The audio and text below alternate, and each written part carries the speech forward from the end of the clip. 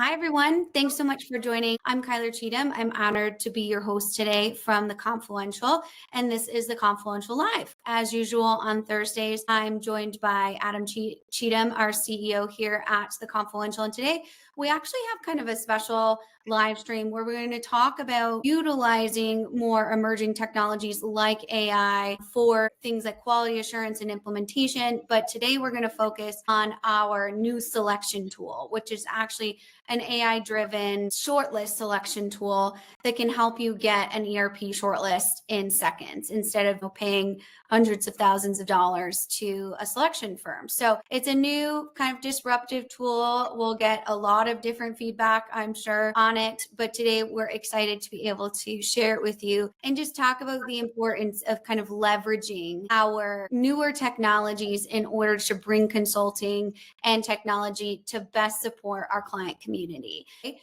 While we're talking, you can also scan the QR code up here to my left and try our new AI tool called River AI while we're actually talking here, and let us know what your shortlist results are, if they are kind of matching what you've seen before. It narrows it down by industry and all kinds of different data points, and it is not ChatGPT. So everyone can relax right now. We know that you can't get a short list accurately from ChatGPT, but this tool is actually utilizes what we call our Hatch database. So we can give you all of our decades of experiences and give you that type of good, strong recommendations for your industry and just your needs, overall pain points. So with that, Adam, why don't you give us just a quick introduction and overview of why you kind of tasked our team to formulate this tool, why you think it's important and need in the marketplace. Yeah, so welcome everybody. My name's Adam Cheatham. I'm the CEO of the Confluential.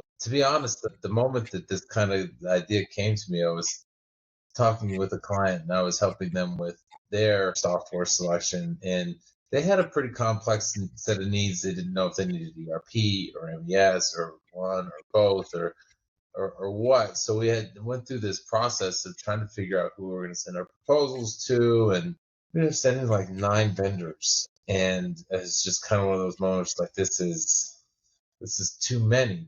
We should be able to do better than this. And after we did get things narrowed to a short list, one of my colleagues put the short list into ChatGPT and said, "Here's what we should know." And I was like, "I've been telling you that for ages. I already told you that, but fine." But just kind of was we can do this better. We can do this faster, and we can focus on the things that matter. Because at the end of the day, the other part of this that's a difference maker to me is that I've been in implementations that start from the beginning. I've been in implementations that are remediated from the middle. I've been in expert witness disasters that are a total train wreck that have been deconstructed on what happened from the end. And it's never the software. Yeah. Software's always fine.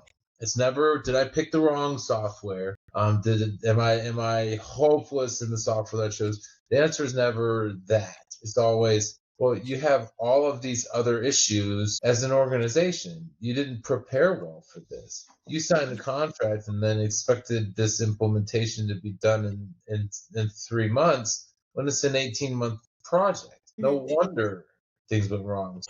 It comes back to the concept that if the software doesn't matter, we should focus on what does. Now, the software matters some, right? It's a multi-million-dollar investment for a lot of organizations, certainly 6-figure investment for any organization that's implementing ERP with any sense of purpose. So that matters. You want to do your due diligence in making that decision. But why spend all of that money? Why focus so much on making that decision if you're not preparing to do a good job?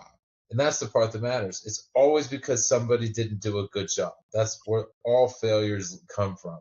And so let's focus on that. Let's give you a tool that can get people in a place where we can at least narrow, right? And then that way you've got a competitive list of, I should talk to these folks as opposed to the entire ERP industry. What a waste of time. I can talk to these 3 or 4 vendors, start narrowing in on which one I want to do business with, which one wants to do business with me, and focus on getting my homework done beforehand and all my prep work. So that's really the premise of the River AI tool. and how it is we want this to be viewed. I certainly suspect that there are vendors out there who are already trying to figure out where they stack up. And Mhm. honestly, how each vendor stacks up against each other isn't the point here. Yeah. But what is that we've created a knowledge base that's informed by decades of ERP experience, Mhm. a lot of our own really blood, sweat, and tears into how we build this database. And we are always looking to continue building the knowledge base. So if you find something in it that doesn't quite look right to you,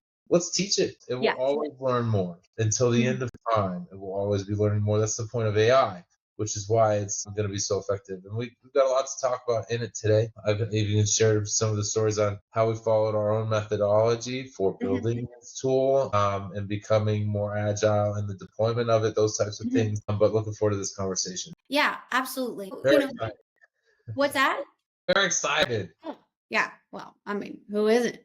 We're always excited on Thursday live streams, but this one in particular, for sure. So just, to cut through any misconception, how did you get the data sets for this AI tool? Because what it is it is a chat bot, right? But it's a custom proprietary chat bot with data sets that are all built around the analyses of ERP implementations in general, into which we'll kind of get into the questions that it asked you. But I just want you to kind of bust through Yeah. and conceptions of, like, this is a scrolling database that goes in and scrolls the internet and all of those different things. Look, what's on the internet is important, right? That's what vendors want to say about themselves. But that's not the only thing that's important. And if you focus on what's on the internet, you'll buy a NetSuite every time. And NetSuite isn't the greatest software fit for every scenario. I love NetSuite. Don't get me wrong. I feel like one day, as a provider of professional services, we're likely to end up on NetSuite. This is a very good fit for our. It's also not a very good fit for a lot of different things. I'm like heavy manufacturing. So what we've done is we've created a database that compares all of the most significant top vendors on the market across process functions. When it comes down to it, your ERP is going to run processes for you. And our database compares those processes and what it is each system does and what their capacity for fitting those processes is on a level of complexity and a level of comprehensiveness, right? The idea being, if your system fits a particular business function, process manufacturing is a good example of one that some businesses do great, some vendors do great with, and some vendors don't. If you got great in that, you score high. If you don't do well on that, you don't score so high as a software vendor. And we go through the whole slew of processes that are run soup to nuts in an ERP. All the quote to cash processes, all the procure to pay, finance to report or consolidate to report, plan to produce, warehousing, all of those things. And we compare them. I have a scoring chart for every vendor. And then we do also source from a number of different areas that are more not just a database itself, but a knowledge base where we create some of our own content. We consume vendor content, and vendors, I encourage you to send us Yeah. your content for us to Always. review and put in. Right? I'm not going to take a vendor that says the only ERP out there that's worth it is ours, and all of the other ones can't do this, that, and the other. When I'm not as much worried about that side of it as I am what can you do and how do you do it, so that we can teach our tool all of the new and great things, because every ERP is continuing to grow along the way.